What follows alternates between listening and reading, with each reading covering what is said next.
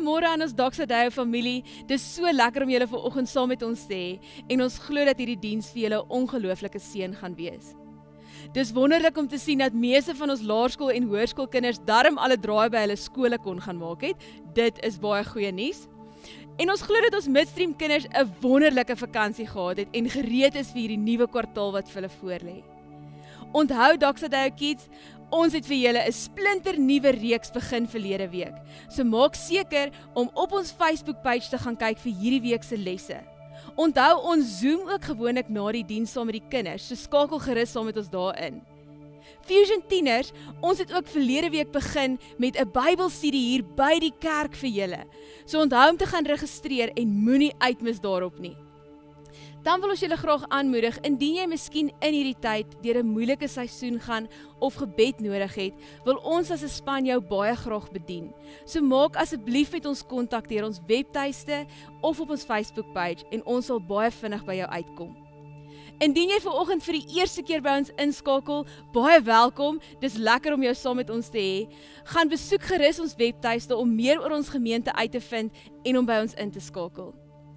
Ons het ook graag 'n behoefte dat al ons gemeentelede iewers in hierdie seisoen ingeskakel is terwyl ons nie by mekaar kan kom nie. So indien jy graag by 'n Zoom selgroep wil inskakel, maak seker om met ons kontak te maak op ons webtuiste sodat ons vir jou 'n plekkie kan kry. Ons kan regtig getuig oor die Here se goedheid en getrouheid in hierdie seisoen in ons gemeente en in ons gemeentelede se finansies. Baie dankie vir elkeen van julle wat so getrou gee. Daardeur bemagtig julle ons om 'n verskil te maak in ons omgewing en 'n impak te kan hê. God is steeds besig met elkeen van ons en hy doen nog steeds wonderwerke. Ons vertrou hom ook vir jou finansies. Indien jy graag wil gee, kan jy gebruik maak van ons SnapScan of van ons bankbesonderhede op ons webtuiste. Laastens, kyk net na die hoogtepunte van hierdie week en geniet die worship saam met ons.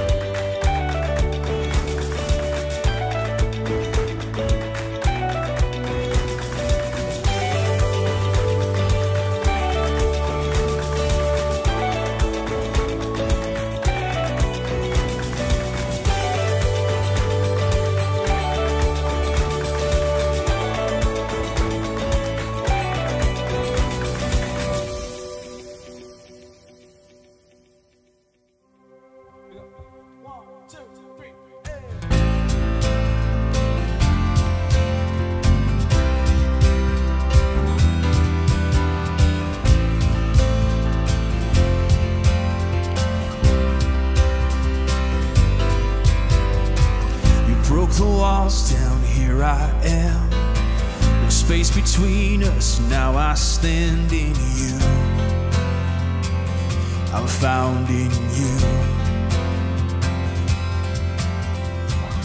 I'm awakened to the truth, from the start you made me to be like you, to be like you. And now I stand in freedom, blameless in the truth, yeah. As I behold Creator God, I'm swept into your never-ending love. You are the mountain moving Savior, alive in me.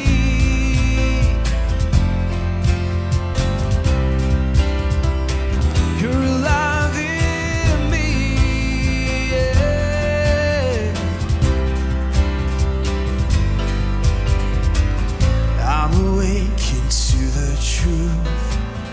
From the start, you made me to be like you,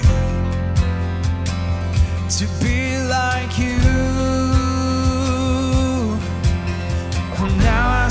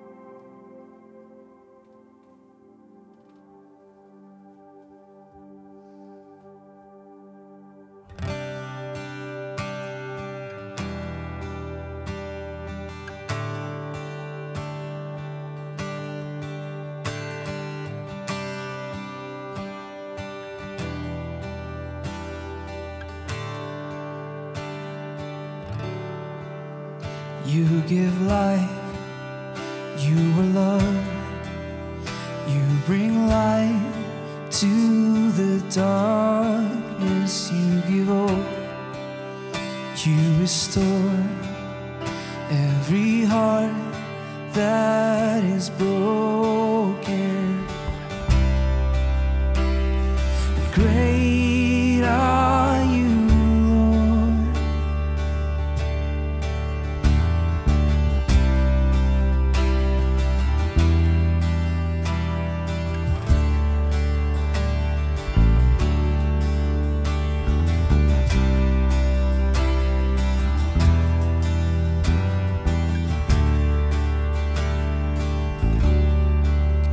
You give life, you are love, you bring light to the darkness, you give hope, you restore every heart that is broken. And great are you, Lord. Sing, it's your breath, and it's your breath in our lungs, so we pour out our praise, we pour out our praise. It's your breath in our lungs, so we pour out our praise to you only. It's your breath in our lungs, so we pour out our praise, we pour out our praise. It's your breath in our lungs, so we pour out our praise to you only.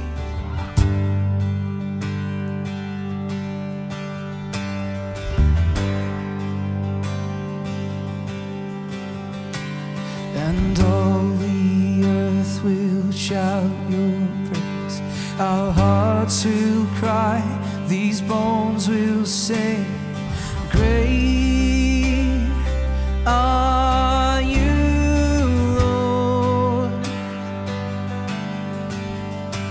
And all the earth will shout your praise, our hearts will cry, and these bones will sing. Great are you, Lord. And all the earth will shout your praise, our hearts will cry, and these bones will sing. Great are you, Lord. Yeah.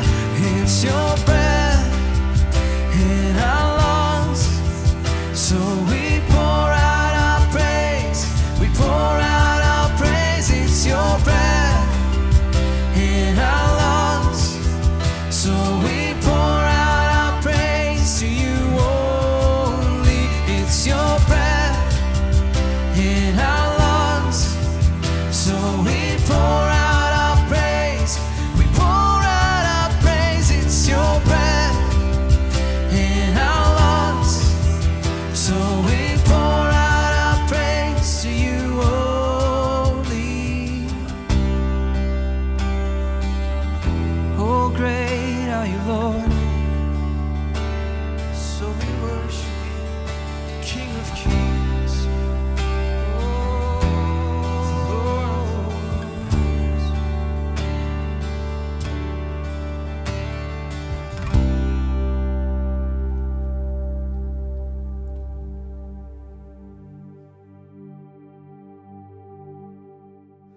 So lekker om vanoggend net weer saam met jou te kan kuier, van waar jy ook al kyk en waar jy ook al is.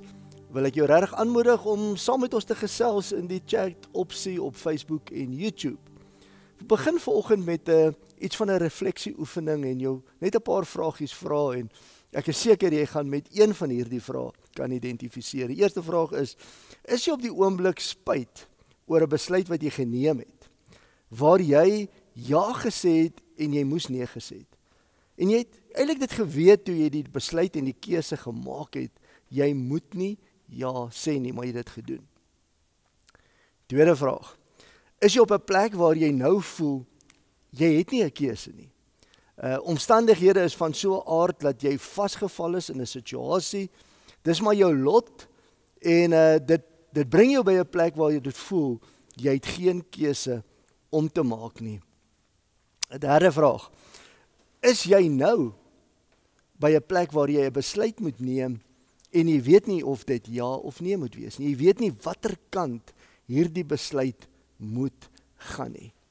Die doel van hierdie refleksieoefening of hierdie paar vrae is om net te bevestig hoe belangrik en hoe integraal 'n ja en 'n nee, die maak van 'n keuse in ons lewens is. Om net te besef watter impak en watter effek dit op ons lewens kan hê. Elke besluit wat ons neem is 'n ja of 'n nee. As ek ja sê, dan beteken dit ek sê eintlik vir iets anders te nee. En elke nee is op grond van 'n groter ja in my lewe. Die besluite wat ons neem vorm ons lewens. Inteendeel, ons lewens is die som totaal van al die keuses en besluite wat ons op 'n daaglikse basis neem. Don Yeager sê die volgende, hy sê, decisions are the frequent fabric of our daily design. Met ander woorde, hy sê keuses, besluite, is so in mekaar gevleg, in mekaar geweef en vorm die volle prentjie van ons lewe, van wie ons is, van waar ons is, van waar ons vandag is, maar ook die keuses wat daarby ingeweef gaan word, gaan bepaal waar ons môre gaan wees. Dis die belangrikheid van keuses in ons lewens. Jesus kom en deur 'n baie kort sinnetjie deel hy 'n geweldige belangrike lewenswysheid, lewenswaarheid met ons in die woorde van waar hy gesê het, laat jou ja ja wees en jou nee nee. Laat jou ja ja wees en jou nee nee. Ons weet dat Jesus het geleef wat hy gepreek het. Maar is baie interessant om te gaan kyk hoe Jesus ja en nee gesê het. Vir wat Jesus ja en nee gesê het. Hoe hy die keuses in sy lewe gemaak het. Ons sien dat hy vir versoeking nee gesê het. Hy het nee gesê toe Petrus sê, kom ons bid 4 uit die hemel uit. Hy het nee gesê toe mense hom wil kroon as koning en koning wou maak. Hy kon nee sê, maar hy het ook ja gesê. Hy het ja gesê vir die Vader se roeping. Hy het ja gesê vir bediening. Hy het sy maag gelos en begin rondreis in die omliggende omgewings en dorpe het hy begin preek en die goeie nuus en die evangelie verkondig. Hy het ja gesê vir lyding. Hy het ja gesê vir die dood wat hy moes sterf. Wat is opgesluit in hierdie kort sinnetjie en in hierdie woorde van Jesus? Laat jou ja ja wees en jou nee nee.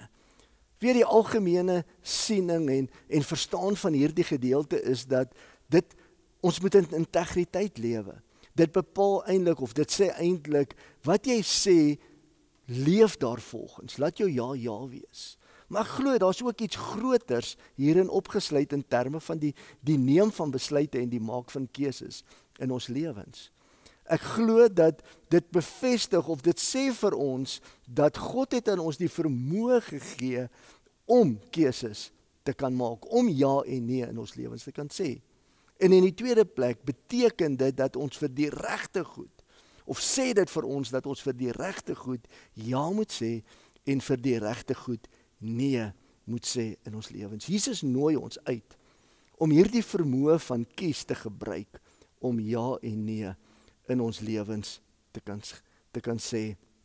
Toe God ons gemaak het, die eerste hoofstuk van die Bybel sê dat hy het ons gemaak na sy beeld en sy gelykenis. En in ons die kapasiteit kom plaas sodat ons kan kies, sodat ons kan besluit, sodat ons ja en nee kan sê. En in die tuin kom sit hy 'n boom en hy sê vir die mens, sê nee vir hierdie boom. Daar's soveel wat ek vir jou gee waarvoor jy ja kan sê. Ek gee vir jou mag. Ek gee vir jou die vermoë om te heers. Ek sê vir jou gee name vir al die diere en alles wat ek geskep het. Maar vir hierdie boom moet jy nee sê. Sê ja vir die lewe wat ek vir jou in gedagte het en wat ek wil hê jy moet leef, maar sê nee vir hierdie boom, die boom van kennis van goed en kwaad. Ek en jy moet besef dat ons het altyd die vermoë om te kan kies. Dis die enkele vryheid van die mens. Dit laat my eintlik verstom staan en soms is dit verbuisterend dat God aan die mens die vermoë gegee het om selfs teen hom te kan kies. En mag niks, geen omstandighede jou ooit hierdie vryheid van jou wegneem sodat jy kan kies en ja en nee in jou lewe kan sê nie. Jy kan dalk nie jou omstandighede altyd kies nie of beheer nie. Maar dit wat met jou gebeur, kan jy dalk nie kies en beheer nie, maar jy kan kies hoe jy daaroor dink. Jy kan kies hoe jy dit interpreteer en jy kan kies hoe jy daarop gaan reageer. 3 areas van waaruit ons leef, van waaruit ons funksioneer. Daar's 'n omgewing waar ons glad nie beheer oor het in ons lewens nie. Dit is, ons beheer dit glad nie, soos byvoorbeeld die weer, ons kan dit nie kies nie, ons kan dit nie beheer nie. Goed gebeur met ons wat ons nie kan beheer nie, dit is buite ons beheer. Dan is daar 'n omgewing waar ons net kan beïnvloed en nie beheer oor het nie. In 'n sekere sin ons verhoudings. Baie keer dink ons kan verhoudings beheer, maar ons kan dit net beïnvloed. Ons kan nie namens iemand anders te kies nie. Ons kan nie namens iemand anders te dink nie. Ons kan nie namens iemand anders te besluit nie. Ons kan slegs dit beïnvloed. Maar dan is daar 'n omgewing wat onder ons direkte beheer staan, waaroor ons beheer uitoefen en wat ons oor kan kies in ons lewens. En een van hierdie areas is ons gedagtes. Dat ons kan kies wat ons dink. Paulus kom by geleentheid dan sê hy, alles wat waar is, eerbaar is, skoon is, rein is, lieflik is, lofwaardig is, bedink dit. Vul jou gedagtes met dit. Vul jou gedagtes met hierdie elemente in jou lewe. Lees ons in Filippense 4 vers 8. By 'n ander geleentheid dan sê hy, neem elke gedagte gevange tot gehoorsaamheid van God. Stel dit, hierdie gedagte, onderwerp dit aan die waarheid van Christus en bring dit in gehoorsaamheid aan Christus, sê 2 Korintiërs 10 vers 15. So jy kan bepaal wat jy dink, tussen dit wat met jou gebeur en dit wat jy kies of hoe jy daarop gaan reageer, is daar 'n spasie. En hierdie spasie vind eintlik in jou gedagtewêreld plaas. Ons verwys soms daarna as die stryd van jou denke, the battle of your mind. En dit is so belangrik dat ons hierdie gedagtes en in hierdie spasie dat ons dit sal onderwerp aan Christus, want van daaruit kom die vryheid en die oorwinning in die lewe. Paulus gaan so ver. Hy skryf op 'n stadium vir die slawe. Dan sê hy vir hulle in Efesiërs 6 dat julle omstandighede is van so 'n aard dat julle dit eintlik nie kan bepaal nie. Jy kan nie bepaal waar jy bly nie, jy kan nie bepaal met wie jy trou nie. Jy kan eintlik nie bepaal wat jy doen nie, want dit word vir jou besluit en die keuses word vir jou gemaak. Hy sê maar jy kan bepaal hoe jy daaroor dink. Jy kan bepaal wat jou gesindheid teenoor dit gaan wees. Hy sê begin anders dink oor jou baas. Begin anders dink oor jou werk. Hy sê, moet dit nie net doen om mense gelukkig te hou nie. Hy sê, doen dit om God en hom daardeur te verheerlik. Doen dit asof jy dit doen vir hom. Met ander woorde, jy kan bepaal hoe jy daaroor dink. Keuses is so belangrik in ons lewens. Keuses is ons lewens. 2 fundamentele elemente of konsepte wat deel vorm van die neem van keuses in ons lewens. En as ons die vraag vanoggend wil vra is, how do we get a better grip on the choices in our lives? Dan speel hierdie 2 konsepte so geweldig. Inteendeel, dis eintlik die essence, dis die kern van ons besluitneming en die keuses wat ons maak in ons lewens. En ek glo, dit moet die drywers wees wat ons motiveer om besluite te neem. En dit is courage, of is humility en courage. Met ander woorde, dit is onderwerping, voorontmoediging, om afhanklikheid te verklaar voor die Here, om te sê, Here, ek stel myself bloot om beïnvloed te word deur u inspraak, deur u woord, deur die Heilige Gees, en vanuit daardie verwysing besluite te neem. Maar soos wat ek myself blootstel, om met courage, met boldness, met moed oor te gaan tot aksie, gebaseer op hierdie waarheid waarmee ek my lewe beïnvloed het. Filippense 1 vers 9 tot 11 bevestig dit eintlik en hy moedig ons eintlik aan waar Paulus eintlik sê ek bid dat julle, met ander woorde die feit dat hy sê ek bid, dan sê hy eintlik my begeerte vir julle is. En dis God se begeerte vir ons en dis my gebed en begeerte ook vir jou vandag. Ek bid dat julle liefde vir mekaar meer en meer sal word deurdat julle 'n al beter begrip en fyn aanvoeling ontwikkel. Dit sal julle in staat stel om die dinge te onderskei wat regtig saak maak. Met ander woorde, hy sê dat jy 'n beter begrip, dat jy beter onderskeiding kan kry om besluite en keuses in jou lewe te kan maak. Dit wat regtig saak maak. Dit sal julle ook help om skoon en onberispelik te lewe tot op die dag wanneer Christus terugkom. Dan sal julle hele lewe vol wees van die gevolge van julle gehoorsaamheid aan die wil van God. Julle lewe sal gevul wees met gevolge, met vrug, met seën, met vryheid op grond van die gehoorsaamheid en die besluite en die keuses wat julle gemaak het in ooreenstemming aan die wil van God. Goeie gevolge wat Jesus Christus bewerk het, God daarvoor geëer en geprys sal word. So vandag is die vraag, how do we get a better grip on the choices we make in life? Ek dink een van die grootste struikelblokke is dat ons by default leef vanuit 'n verwysing of besluite neem vanuit 'n verwysing van reg of verkeerd.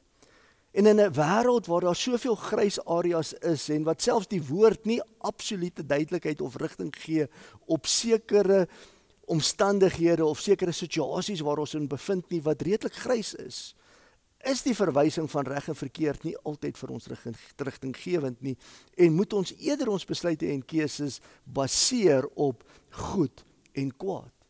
Ons sien dit so duidelik waar Paulus die gemeente van Korinthe begelei. Daar ontstaan 'n krisis. Hulle is deel van 'n omgewing waar daar altare gebou is en dit 'n spasie is waar offers gebring word aan afgode en afgode diens gedoen word. En hulle offer vleis aan hierdie afgode. Maar na die ritueel gebruik hulle hierdie vleis en berei hulle dit voor as 'n ete en nooi selfs gelowiges om saam te kom kuier en saam te kom eet. Of hulle gebruik hierdie vleis om dit te verkoop, maar teen 'n beter prys. En nou ontstaan daar 'n etiese probleem by die mense van Korinthe en hulle skryf vir Paulus en sê Paulus, mag ons van hierdie vleis gebruik? Mag ons dit eet? Sê vir ons ja of nee. En baie interessant dat Paulus kom en hy gee nie vir hulle antwoord van reg of verkeerd nie, maar hy begelei hulle deur sekere beginsels te kommunikeer, waar volgens hulle self die besluit kan neem op grond van hierdie beginsels van goed en kwaad. Nie een keer sê hy vir hulle dis reg of dis verkeerd nie, en net so nooi die Here ons uit dat ons besluite sal neem op beginsels wat goed en kwaad gefundeer is in ons lewens. Hebreërs 5 vers 12 tot 14 sê, hoewel julle teen hierdie tyd self reeds onderrig behoort te gee, het julle weer nodig dat iemand julle in die grondwaarhede van die woord van God moet onderrig. 'n Mens moet julle met melk voed en nie met vaste kos nie. Iemand wat nog met melk lewe, kan nie saampraat oor wat reg en verkeerd is nie, want hy's nog 'n kind. Vaste kos is vir groot mense, vir mense wat oor insig beskik en wat deur ervaring geoefen is om tussen goed en kwaad te kan onderskei. So, die skrywer kom eintlik en hy sê, 'n kind funksioneer vanuit reg en verkeerd, want 'n volwasse is nodig om vir hom leiding te gee van wat reg en verkeerd is. Hy sê maar 'n volwasse gelowige kan alreeds onderskei. 'n Volwasse persoon, iemand wat tot maturity gekom het, kan onderskei tussen goed en kwaad, en dit is vanuit hierdie verwysing waaruit ons besluite moet neem. En dan kom hy en deur die boek van Korintiërs gee hy 'n klompie beginsels wat ek vinnig net met jou wil deel. Die eerste beginsel is die beginsel van genade.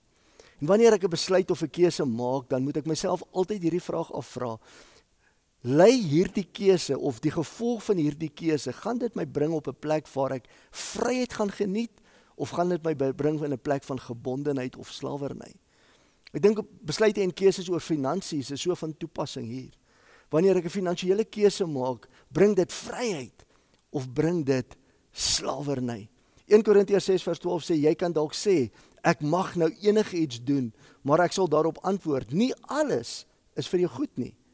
Selfs al sê jy, ek mag enige iets doen, mag ek my nie deur enige iets laat verslaaf nie. So vra jouself die vraag, wanneer jy kies, lei dit tot vryheid of gebondenheid?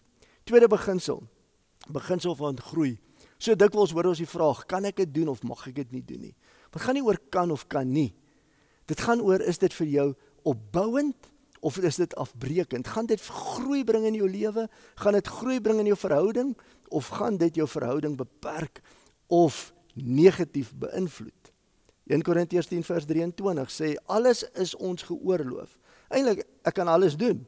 Ja, maar nie alles is tot voordeel nie. Alles is inderdaad geoorloof, maar nie alles is opbouend vir almal nie. So as jou besluit of jou keuse nie aan hierdie vereiste voldoen van opbouend, van groei, moet dit nie doen nie. Die derde beginsel, die beginsel van gewete. God het ons 'n gewete gegee. En hierdie gewete is baie keer die kompas in ons lewens oor die neem van besluite. Wanneer 'n besluit of 'n keuse jou bring by 'n plek van skuld, ek voel skuldig, en my gewete pla my oor dit wat ek wil doen, of hierdie besluit wat ek wil neem, moet dit nie doen nie. 1 Korintiërs 10 vers 31 sê, want wat julle ook al eet of drink, wat julle ook al doen, doen dit alles tot eer van God. So jy kan jy eintlik self die vraag afvra, dit wat ek nou gaan kies, gaan God daardeur verheerlik geword? 'n ander skeieregter of maatstaf of drywer is vrede.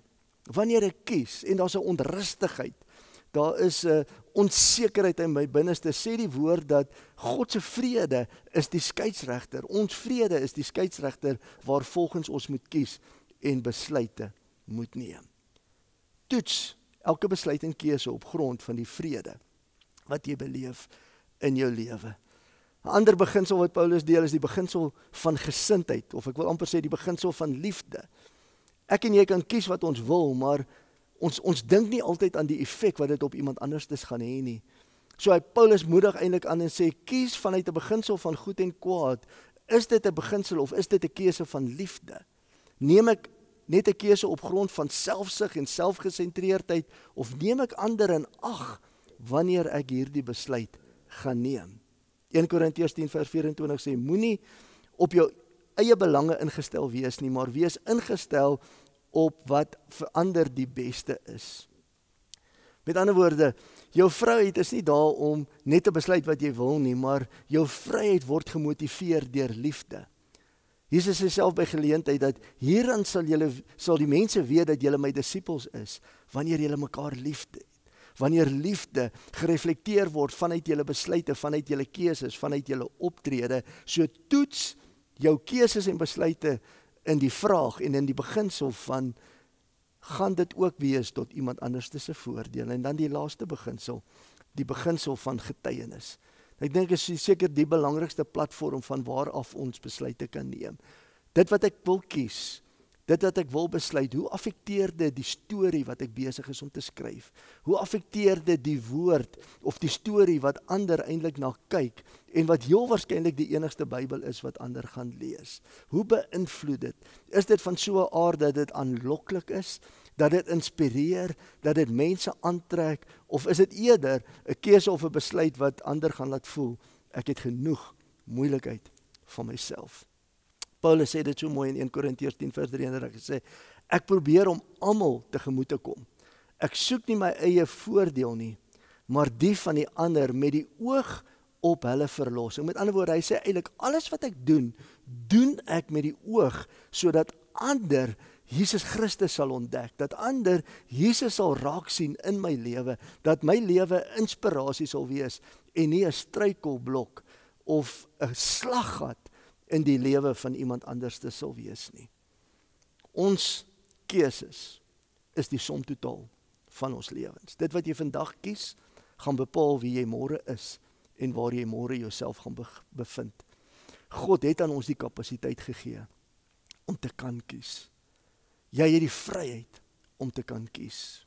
Maar kan ek jou vandag aanmoedig, veral in hierdie moeilike tye waar ons leef, dat jy elke keuse sal evalueer op die basis en op die beginsel van goed en kwaad in jou lewe, opbouend of afbreekend. En dat jy vanuit jou afhanklikheid, jou humility, jou afsondering, jou onderwerp aan Christus, bold genoeg sal wees om in gehoorsaamheid die besluite te kan neem, dat dit courage in jou lewe sal wees, dat jy besluite sal neem op hierdie beginsels wat Paulus vir ons voorhou. Die grootste keuse seker ooit, die belangrikste keuse ooit in ons lewens, is die keuse om Christus te kies en koning en Here van ons lewens te maak. En ek wil vanoggend net vir 'n oomblik, jy moet daaroor dink, het jy al gekies en ja gesê vir Christus in jou lewe? Het jy al reageer op sy liefde en op sy genade wat hy vir jou kom gee het? 'n laaste skrifgedeelte in Titus 2 vers 11 tot 12 sê die volgende, hy sê, "For the grace of God has appeared that offers salvation to all people. It teaches us to say no to ungodliness and worldly passions, and to live self-controlled, upright and godly lives in this present age." Kom ons bid saam. Vader, dankie dat U in ons die vermoë, kapasiteite gegee het om te kan kies. Here, U droom oor ons, U het gedagtes oor ons, U het 'n wil en 'n plan met ons lewens, en kan U ons help deur die Heilige Gees, soos wat ons onderwerp aan U wil. Here, dat ons keuses sal belyn, dat ons gedagtes sal belyn met U wil en U plan, met U woord en U waarheid vir ons lewens, en vanuit daardie verwysing ons keuses en besluite sal neem. En dan elkeen wat vanoggend na hierdie woord, of wat wanneer ook al na hierdie woord luister en kyk, Here, wat ja wil sê vir Christus en koning en Here van hulle lewens wil maak, sal U, Here, hulle kom transformeer. Dankie dat hulle hierdie keuse maak en dat hulle begin om 'n pad saam met U te stap. Bid ons in Jesus naam. Amen. Dankie dat jy vanoggend saam met ons gekuier het, en kom ons geniet nog 'n laaste sang saam. As jy gekies het om Jesus Christus koning en Here van jou lewe te maak, wil ek jou aanmoedig om sommer net die skakel te volg op YouTube of na ons webtuiste te gaan en ons aanlyn infodesk net te gaan klik en sê, ek het my hart vir die Here gegee en ons sal graag 'n pad saam met jou wil stap. God bless.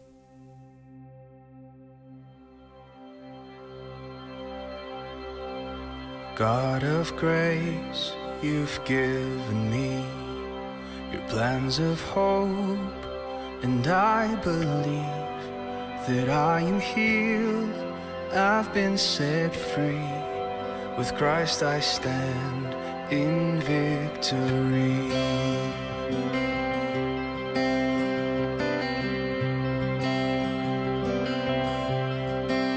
In every season you are here. You conquered doubts, you cast out fears, and at the cross my life arose. I reign in Jesus Christ the Lord. It is done, the finished work of Christ the Son. It is done, I'm complete. With Christ I stand in victory.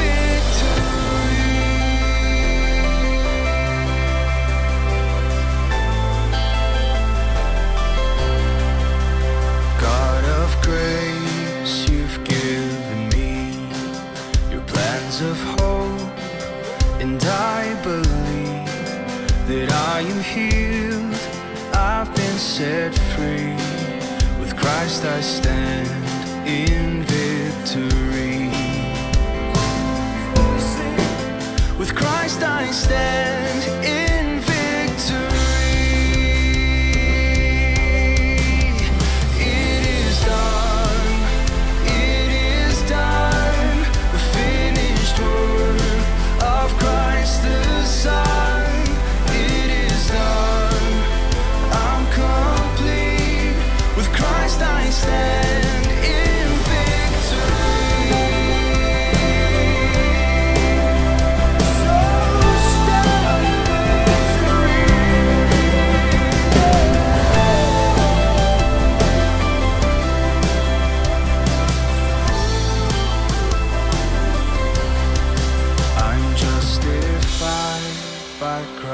the sun. For on that day salvation won, I stand completed in your grace. Oh, now I see you face to face. It is done, it is done. The finished work of Christ the Son. It is done, I'm complete. With Christ I stand in victory. It is done, it is done. The finished work of Christ the Son. It is done, I'm complete. With Christ I stand in victory. Oh,